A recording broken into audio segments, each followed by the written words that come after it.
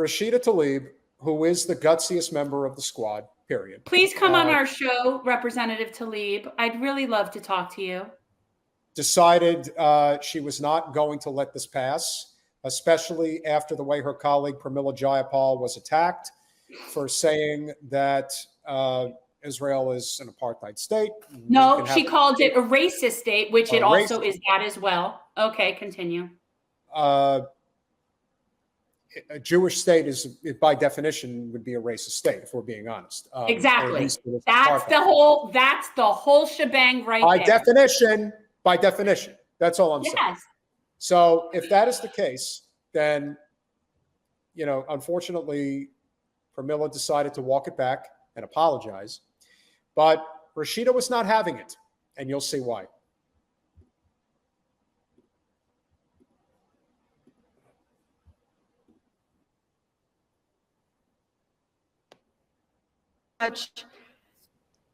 I am the only Palestinian American serving in Congress, and I have a family members all throughout the West Bank and what many people call the illegally occupied territories. But we're here again, reaffirming Congress' support for apartheid, policing the words of women of color who dare to speak up about truths, about oppression, is just not what we should be doing here in Congress. And let's just get this record straight here. This is not something that's made up. The United Nations, Human Rights Watch, Amnesty International, Israel's own largest human rights organization, Beit Salem, all agree that Israel is an apartheid state. To assert otherwise, Mr. Speaker, in the face of this just body of evidence is an attempt to deny the reality and to normalize violence of apartheid. This week, we're going to hear consistently that people touting about like, oh, this is bipartisan support here. Well, don't forget, this body, this Congress supported the South African apartheid regime, and it was bipartisan as well. But you don't have to take it from me to understand the racism of an apartheid government. Let's take a moment just to hear Israeli government's own politician in their own words, direct quotes, not mine. Current Prime Minister Netanyahu on his policies towards Palestinians, quote, beat them up, not once, but repeatedly, beat them up until it's unbearable, and said that Israel must, quote, crush Palestinian hopes for a fully sovereign state. One of the former defense ministers said Palestinians are, quote, beasts, and they are not human. He's talking about people like my grandmother, Mr. Speaker.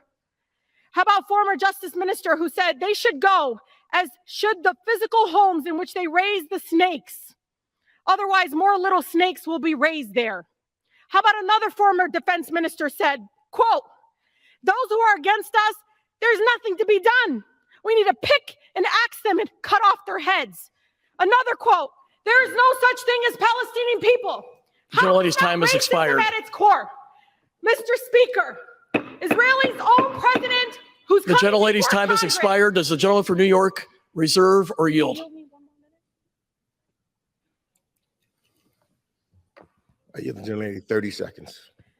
Israel's own president, Herzog, who's going to come before Congress tomorrow, has long advocated against interracial marriages. Did you all know that? Do you care?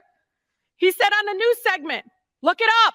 When he came to America, he said, quote, encountered something that I call an actual plague. I saw my friends' children married and coupled with non-Jewish partners. Israel is an apartheid state. The government is deeply problematic in the way that they are proceeding in the structure of oppression.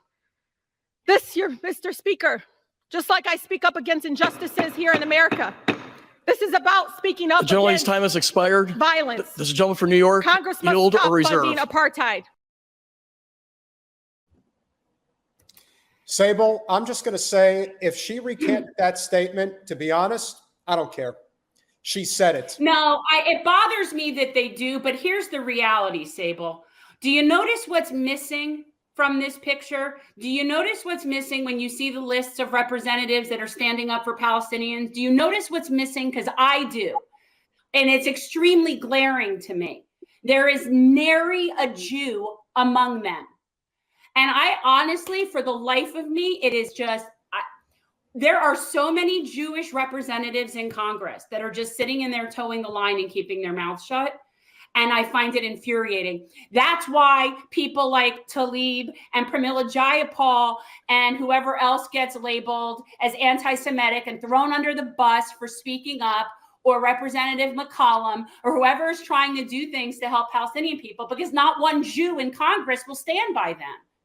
This is the problem. This is the problem. This would be like if we're in the 60s and it's only Black people standing up for civil rights. That's what this is right here. So you have the sole Palestinian in Congress standing there and basically pleading with her colleagues to take this seriously, and there's not a single Jew in her little peer group that could stand with her? Shameful. Thanks for watching. If you want to support our mission to transform politics into service, please like this video, subscribe, follow us on social media, and consider joining our Patreon, where you'll get early access to our interviews as well as other exclusive content. Links are in the description. Peace out.